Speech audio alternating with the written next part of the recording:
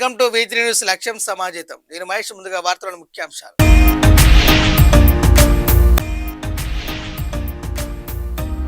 మాపై కోపం ఉంటే కేసులు పెట్టండి, రైతులపై పగ తీర్చుకోవద్దన్న కేటీఆర్.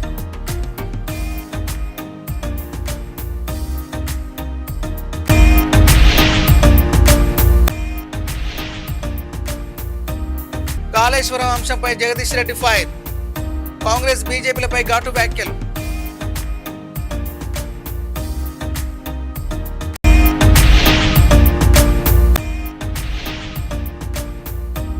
పర్మనెంట్ చేస్తామన్న హామీ ఏమైంది?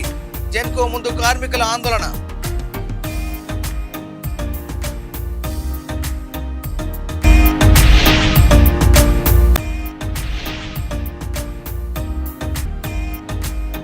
పోడు భూముల వద్ద ఉద్రిక్తత, రైతులు పోలీసుల మధ్య తోపులాట.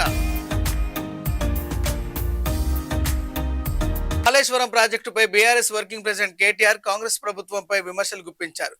రేవంత్ రెడ్డి మా మీద కోపం ఉంటే కేసులు పెట్టుకోండి, కానీ రైతులపై పగ తీర్చుకోవద్దని అన్నారు. రాష్ట్రంలో వర్షాభావ పరిస్థితులున్నప్పటికీ కన్నెపల్లి పంప్ వద్ద 1,00,000 క్యూసెక్కుల నీరు సముద్రంలోకి వృధాగా వెళ్తుందని ఆరోపించారు. 2 పంపులు ఆన్ చేస్తే కాళేశ్వరం ద్వారా రాష్ట్రానికి సాగు తాగునీరు అందుతుందని, అయినా ప్రభుత్వం మోటార్లు ప్రారంభించడం లేదని విమర్శించారు. అలాగే గోదావరిలో ఎప్పుడు నీరుండే ప్రాంతాన్ని గుర్తించి కేసీఆర్ కాళేశ్వరం నిర్మించారని, పోలవరం పూర్తి కాకపోయినా కాళేశ్వరం ప్రాజెక్టు రికార్డు సమయంలోనే పూర్తి చేశారని కేటీఆర్ పేర్కొన్నారు. ఏ ఎండల్లోనైనా, ఎంతటి కరువులోనైనా, ఎంతటి కాటకం వచ్చినా, ఎంతటి ఉపద్రవం వచ్చినా, సూపర్ ఎల్ నినో వచ్చినా బెస్ట్ పాయింట్ ఏది నీళ్లు పట్టితందుకు అంటే సార్ ప్రాణహిత గోదావరి కలిసినాక కాళేశ్వరం పాయింట్ ఏదైతున్నదో అక్కడ ఎప్పటికీ నీళ్లుంటాయి, మీకు ఎంతటి కరువు వచ్చినా నీళ్లుంటాయని చెప్పి చెబితే ఆ రోజు మరి పెద్దలు ఇంజనీర్ల సూచన, జియాలజిస్టుల సూచన, సెంట్రల్ వాటర్ కమిషన్ సూచనతోని కేసీఆర్ గారి నాయకత్వంలో మనం ఆనాడు కాళేశ్వరం ప్రాజెక్టుకు ఇక్కడ భూమి పూజ చేసుకుని మేడిగడ్డ ఈ కన్నెపల్లి పంప్ హౌస్ తో, లక్ష్మీ పంప్ హౌస్ తో మేడిగడ్డ దగ్గర మనం బరాజ్ కట్టుకున్నాం. ఈ నీళ్లను ఎత్తిపోసే ఒక మహాయజ్ఞానికి శ్రీకారం చుట్టినాం. మహారాష్ట్రకు పోయి స్వయంగా ఒప్పించి మెప్పించి కేసీఆర్ గారు స్వయంగా కష్టపడి ఆ ప్రభుత్వంతో ఒక అంగీకారం కుదుర్చుకొని మరి ఎంత వేగంగా కట్టినారు ఈ ప్రాజెక్ట్ అంటే మీకు చేసే ఐడియా కోసం చెప్తున్నా. ఎవరినో కించపరచాలనో ఎవరినో విమర్శ చేయాలనో కాదు. మన పక్కన ఉంటుంది ఆంధ్రప్రదేశ్ రాష్ట్రం. ఆంధ్రప్రదేశ్ రాష్ట్రంలో నేను పుట్టక ముందు నుంచి, అంటే నాకు ఇంకా ఈ నెలలో 50 ఏళ్ళు వస్తున్నాయి, నేను పుట్టక ముందు నుంచి వింటున్నాం పోలవరం ప్రాజెక్ట్ అని. అంతకుముందు సినిమాలలో కూడా ఉంటుండే, నేను 50 ఏళ్ళు 60 ఏళ్ల కిందటి సినిమాలలో కూడా పోలవరం ప్రాజెక్టు గురించి ఎప్పటి నుంచో చెప్తా ఉన్నారు. పోలవరం ఒక గ్రావిటీ బేస్డ్ ప్రాజెక్టు, కిందికి నీళ్లు తీసుకుపోయే ప్రాజెక్టు, గోదావరికి అడ్డం కట్టి కిందికి డెల్టాకు నీళ్లు తీసుకుపోయే ప్రాజెక్టు. దశాబ్దాలుగా వింటున్నా పోలవరం కాలే, ఇంకా కూడా కాలే. 28 అవుతుంది అంటుండ్రు, అవుతుంది కావచ్చు 5-6 దశాబ్దాల తర్వాత. 5-6 దశాబ్దాల నుంచి వింటున్నాం. రాజశేఖర రెడ్డి గారు వచ్చిన తర్వాత 2004-05లో పునాది రాయబడ్డది పోలవరానికి. 25, 21, 22 సంవత్సరాలు అనేట్టుంది ఇప్పటికి, ఇంకా పూర్తి కాలే. కానీ కేసీఆర్ గారి నాయకత్వ పటిమ, తెలంగాణకు మీద వాళ్ళకు ఉన్న కమిట్మెంట్ కేసీఆర్ గారికి ఏంది అంటే కాలంతోని పోటీ పడుతూ 80 మీటర్ల నుంచి 620 మీటర్లకు నీళ్లు ఎత్తిపోసే ప్రాజెక్ట్, గ్రావిటీ ప్రాజెక్ట్ కాదు ఇది.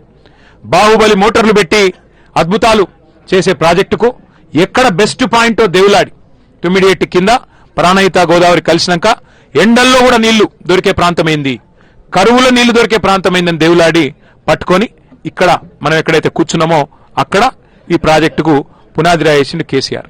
కాళేశ్వరం ప్రాజెక్టు అంశంపై బీఆర్ఎస్ సీనియర్ నేత జగదీష్ రెడ్డి కాంగ్రెస్ బీజేపీలపై తీవ్ర వ్యాఖ్యలు చేశారు. బీఆర్ఎస్ కాళేశ్వరం అంటే కాంగ్రెస్ కులేశ్వరం అంటుంది, మరి బీజేపీ వాళ్ళు కొజ్జేశ్వరమా అంటూ విమర్శించారు. అలాగే ఎన్డీఎస్ఏకి ఎస్ఎల్బీసీ అంశం ఎందుకు కనిపించడం లేదని ప్రశ్నించారు. కాళేశ్వరం పేరుతో రాజకీయ విమర్శలు చేసేవారు ఇతర ప్రాజెక్టులపై కూడా సమాధానం చెప్పాలని డిమాండ్ చేశారు. ఎవరు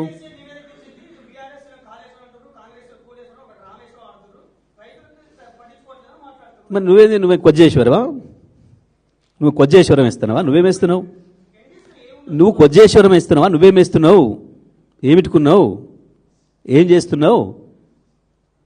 ఏంది నీ డ్రామాలు ఏంది? ప్రజలు అది కూడా తెలుస్తారు, బీజేపీ డ్రామాలు కూడా ఏందో. ఎందుకు అదే ఎన్డీఎస్ఏ కట్టే కాడ పోలవరం 4 సార్లు కొట్టుకుపోయింది. 2700 కోట్లు మళ్ళీ కొట్టుకుపోయిన వాటికి శాంక్షన్ ఇచ్చినావు. ఎందుకు ఎన్డీఎస్ఏకు ఎస్ఎల్బీసీ కనపడలే? చచ్చిపోయిన శవాలు ఎందుకు కనపడతలే? వాడు ఇంకా తీయని దేనికి? మాట్లాడడానికి ఉండాలి కొంచెమన్నా.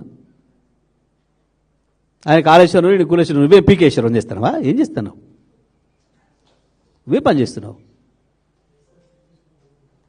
సూర్యాపేట జిల్లా చింతలపాలెం మండలంలోని పులచింతల విద్యుత్ ఉత్పత్తి కేంద్రం వద్ద ఉద్రిక్త పరిస్థితులు నెలకొన్నాయి. గత 8 ఏళ్లుగా పనిచేస్తున్న ఆర్టిజన్ తాత్కాలిక కార్మికులను జెన్కో యాజమాన్యం ఒక్కసారిగా తొలగించడంతో వారు ఆందోళనకు దిగారు. తమను పర్మనెంట్ చేస్తామని హామీ ఇచ్చి తక్కువ వేతనాలతో పని చేయించుకొని ఇప్పుడు ఉద్యోగాల నుంచి తొలగించడం అన్యాయమని కార్మికులు ఆరోపించారు. ఈ క్రమంలో కొందరు పెట్రోల్ పోసుకొని ఆత్మహత్య యత్నానికి ప్రయత్నించడంతో అక్కడ ఉద్రిక్త పరిస్థితి నెలకొంది. తమను తిరిగి విధుల్లోకి తీసుకోవాలని కార్మికులు డిమాండ్ చేస్తున్నారు.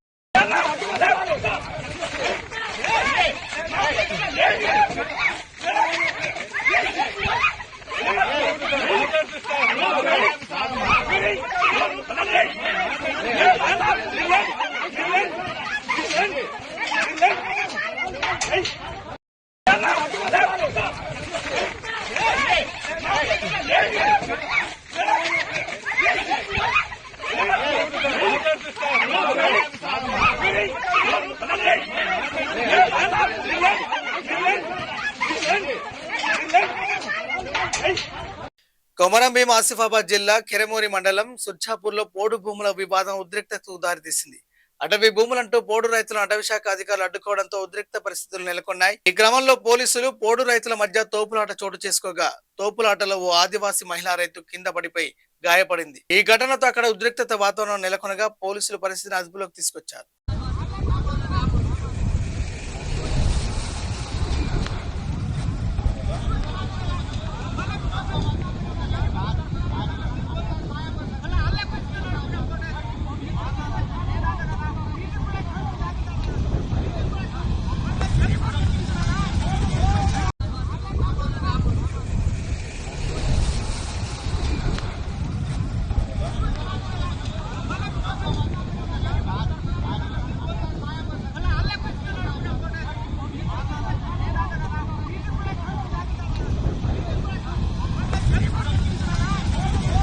వైసీపీ రాష్ట్ర సంయుక్త కార్యదర్శి శృంగారపాటి సందీప్ను పోలీసులు అదుపులోకి తీసుకున్నారు. తాడపల్లి నుంచి గుంటూరు వెళ్తుండగా టోల్ గేట్ వద్ద ఆయన ప్రయాణిస్తున్న వాహనాన్ని పోలీసులు అడ్డుకున్నారు. అనంతరం సందీప్ను కారు నుంచి దింపి బలవంతంగా పోలీసు వాహనంలో ఎక్కించి తీసుకెళ్లినట్టు సమాచారం. అయితే అరెస్టు గల కారణాలపై పోలీసులు అధికారికంగా వివరాలు వెల్లడించాల్సి ఉంది.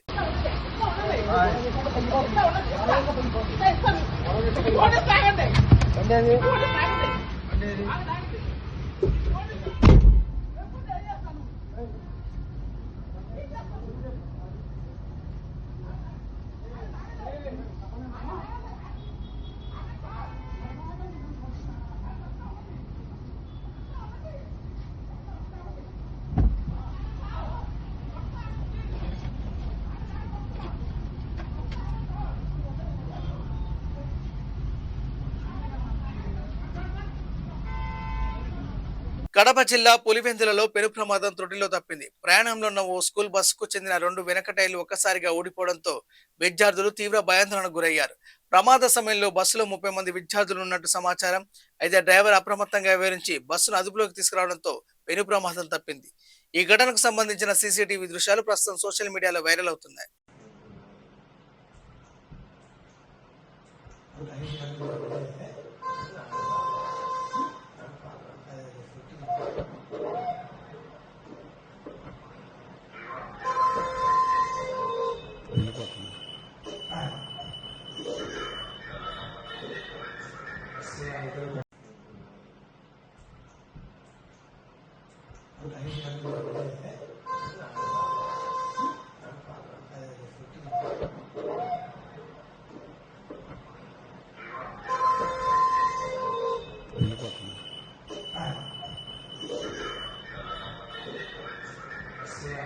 ఏపీ రాజకీయ పరిణామాలపై ప్రముఖ నటుడు ప్రకాష్ రాజ్ స్పందించారు. 4 సార్లు అరెస్ట్ చేసి 4 సార్లు బెయిల్ వచ్చిన తర్వాత ఊపా చట్టం కింద రిమాండ్కు పంపుతారా?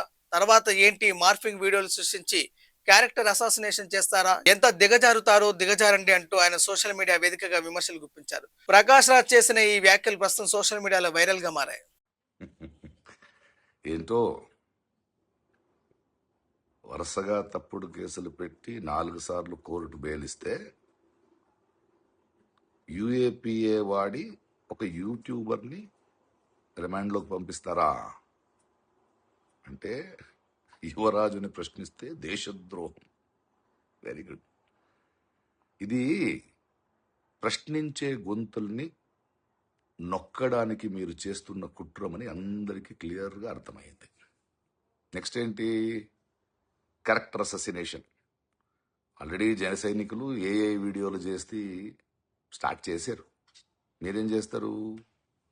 వాడి ఫోన్ మీ దగ్గర ఉంది, అందులో ఉన్న పర్సనల్ ఇన్ఫర్మేషన్ని వక్రీకరించి దాన్ని లీక్ చేస్తూ ఆయన్ని ఇబ్బంది పెడుతూ ఆ మూలంగా ఆయనకి అండగా నించున్న వాళ్ళని మరి ఎన్నో ప్రశ్నించే గొంతుల్ని భయపెట్టడానికి ప్రయత్నం చేస్తారు కదా. దిగజారండి, దిగజారుతూ ఉండండి. ఎంత కింద దిగజారుతారో ప్రజలు చూస్తూ ఉంటారు. సరే,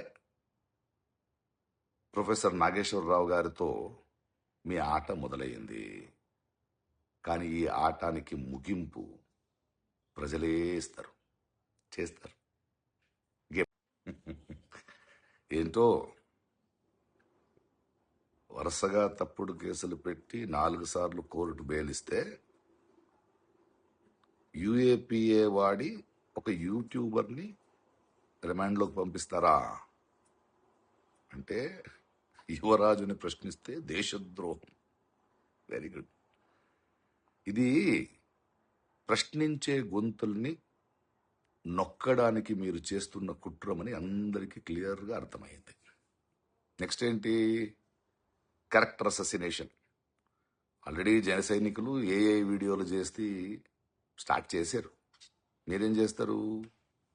వాడి ఫోన్ మీ దగ్గర ఉంది, అందులో ఉన్న పర్సనల్ ఇన్ఫర్మేషన్ని వక్రీకరించి దాన్ని లీక్ చేస్తూ ఆయన్ని ఇబ్బంది పెడుతూ ఆ మూలంగా ఆయనకి అండగా నించున్న వాళ్ళని మరి ఎన్నో ప్రశ్నించే గొంతుల్ని భయపెట్టడానికి ప్రయత్నం చేస్తారు కదా.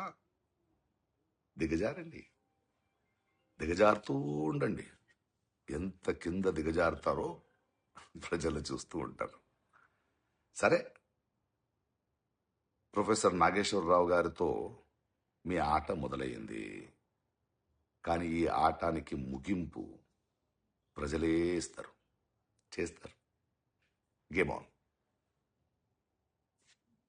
భక్తికి వయసు అడ్డు కాదని మరోసారి నిరూపించారు తమిళనాడుకు చెందిన 116 ఏళ్ల నవనీతమ్మ. వృద్ధాప్యాన్ని లెక్క చేయకుండా కాలినడకన తిరుమల కొండను అధిరోహించిన ఆమెకు తిరుమల తిరుపతి దేవస్థానం ప్రత్యేకంగా శ్రీవారి దర్శనం కల్పించింది. గతంలో ఇచ్చిన హామీ మేరకు ఈ ఉదయం ఆలయానికి తీసుకెళ్లి స్వామివారి దివ్య దర్శనం చేయించారు. నవనీతమ్మ భక్తిని ముఖ్యమంత్రి చంద్రబాబు నాయుడు, టీటీడీ చైర్మన్ ప్రశంసించగా ఆమెకు సంబంధించిన వీడియో ప్రస్తుతం సోషల్ మీడియాలో వైరల్ అవుతుంది.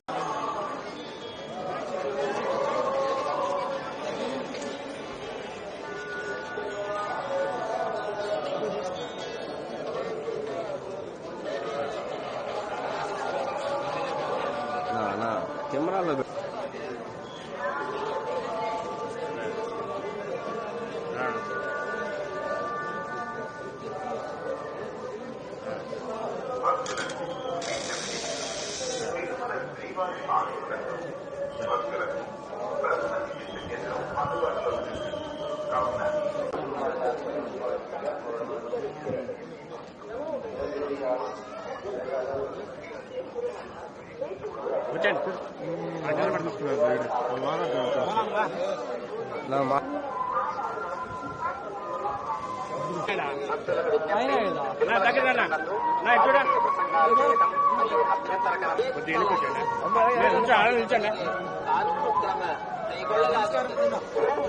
వద్దుందనా అవేం వద్దునా పట్టుకో.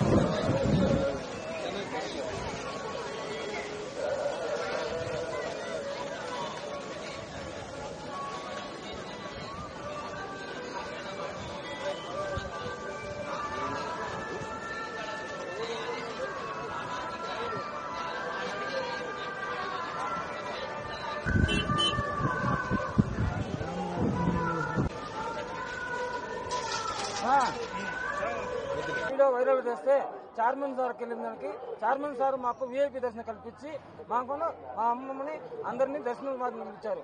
చైర్మన్ సార్కి కృపంగా దైవ కృపంగా మాకు విఐపి దర్శనం అయిందన్న చాలా సంతోషంగా ఉంది. మర్చిపోయిన రోజుగా గుర్తుపెట్టుకుంటాము. అందరికీ ధన్యవాదాలు. దేవస్థానం అందరికీ నమస్కారాలు చేస్తాను. ధన్యవాదాలు. చెన్నై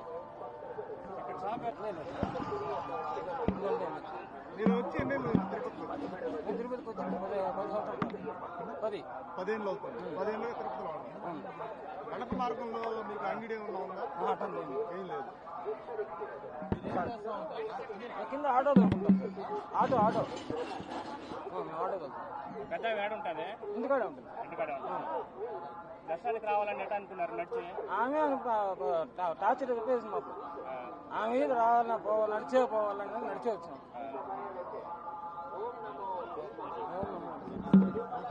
ప్రపంచంలోని అతిపెద్ద రక్షణ కేంద్రంగా చెబుతున్న ఆక్టాగాన్ ను ఈజిప్ట్ ప్రారంభించింది.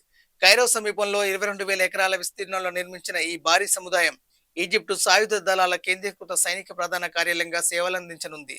అత్యాధునిక సాంకేతిక సదుపాయాలతో రూపొందించిన ఈ కేంద్రం దేశ రక్షణ వ్యవస్థను మరింత బలోపేతం చేస్తుందని అధికారులు తెలిపారు.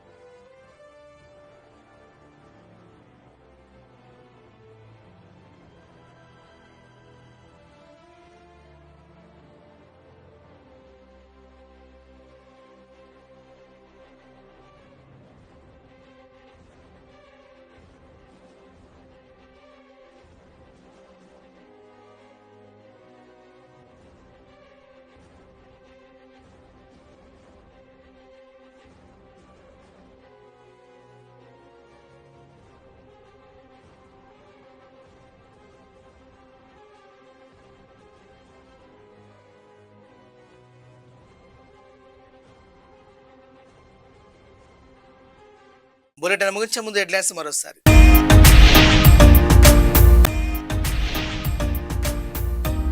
మాపై కోపం ఉంటే కేసులు పెట్టండి, రైతులపై పగ తీర్చుకోవద్దన్న కేటీఆర్.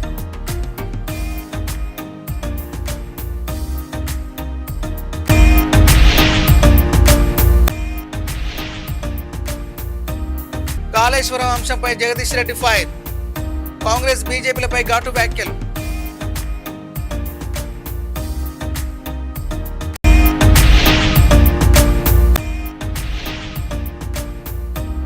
పర్మనెంట్ చేస్తామన్న హామీ ఏమైంది? జెన్కో ముందు కార్మికుల ఆందోళన.